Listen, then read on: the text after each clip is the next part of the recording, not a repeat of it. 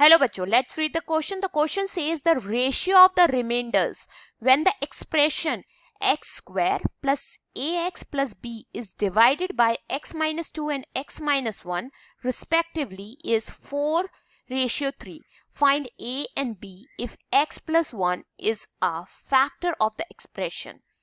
Option A 9, minus 10. Option B minus 9, 10. Option C 9 और 10. Option D minus 9 minus 10. तो यहां पर हमें जो एफ एक्स हमारा दी हुई है एक्सप्रेशन वो दी हुई है एक्स स्क्वायर प्लस ए एक्स प्लस बी और यहाँ पे हमें जो रिमाइंडर का रेशियो दिया हुआ है वो दिया हुआ है 4:3 और हमारे जो दो डिवाइजर है वो दिए x माइनस 2 और x माइनस 1. यहाँ हम दो कॉन्सेप्ट्स का यूज करेंगे वो हम लिख लेते हैं की कॉन्सेप्ट्स में.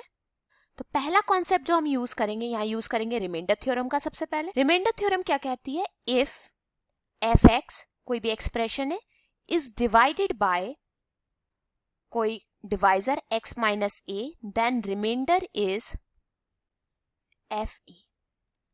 इसका यूज करेंगे. सेकेंड हम यूज करेंगे फैक्टर थ्योरम का. फैक्टर थ्योरम क्या कहती है if x minus A is a factor of कोई एफ एक्स एक्सप्रेशन है उसका फैक्टर है then F A is equal to 0. तो इन दो पॉइंट्स का यूज करके हम इस क्वेश्चन को सॉल्व करते हैं. हमारा एफ एक्स था यहां पे x square plus A x plus B.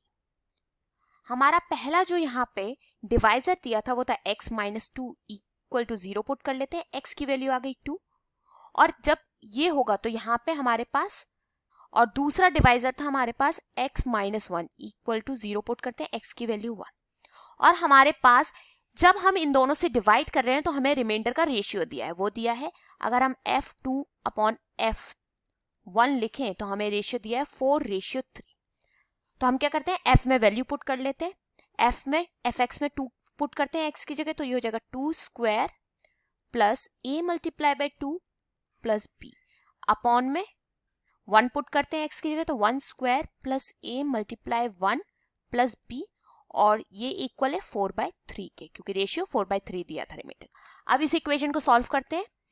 a plus b की एक इक्वेशन बनेगी हमारे पास तो ये हो जाएगा 4 plus 2a plus b upon 1 plus a plus b equal to 4/3. Cross multiplication कर लेते हैं.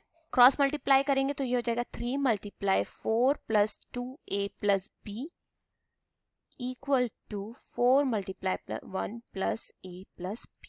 मल्टीप्लाई करने पे यहाँ हमारे पास आएगा 12 plus 6a plus 3b equal to 4 plus 4a plus 4b. Shift कर लेते हैं और इसको सॉल्व करते हैं. सॉल्व करने पे हमें बचेगा 2a minus b equal to minus 8. इस इक्वेशन को 1 मान लेते हैं. अब हम यूज करेंगे फैक्टर थ्योरम का और जो हमें सेकेंड पार्ट दिया है इस क्वेश्चन का उसका यूज करेंगे. हमसे बोला है x plus 1 is factor of F x. अगर ये एफ एक्स का फैक्टर है तो अगर हम x प्लस 1 को इक्वल टू 0 पुट करें तो x की वैल्यू -1 हो जाएगी और हम f माइनस 1 निकालेंगे तो वो 0 के इक्वल आना चाहिए. तो यहाँ पे हम वैल्यू पुट करेंगे -1 का whole square plus a multiply -1 plus b equal to 0. इसको सॉल्व करेंगे तो इक्वेशन बन जाएगी 1 minus a plus b equal to 0 and that will be equal to -a plus b equal to -1. ये हमारी सेकेंड इक्वेशन. फर्स्ट और second equation को solve करके a और b की वैल्यू निकाल लेते हैं. तो ये हमारी फर्स्ट इक्वेशन थी 2a minus b equal to minus a और यहाँ थी -a plus b equal to -1. दोनों को प्लस कर लेते हैं इक्वेशन को. यहाँ पे प्लस करेंगे तो ये आ जाएगा हमारा a, b कैंसिल हो जाएगा. यहाँ पे आ जाएगा -9.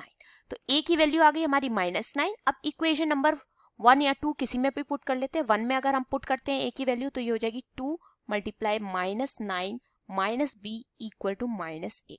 तो यहाँ आ जाएगा -18 माइनस b इक्वल टू -8. तो minus b will be equal to -8 plus 18 and minus b equal to 10. That means b की वैल्यू कितनी आ गई -10.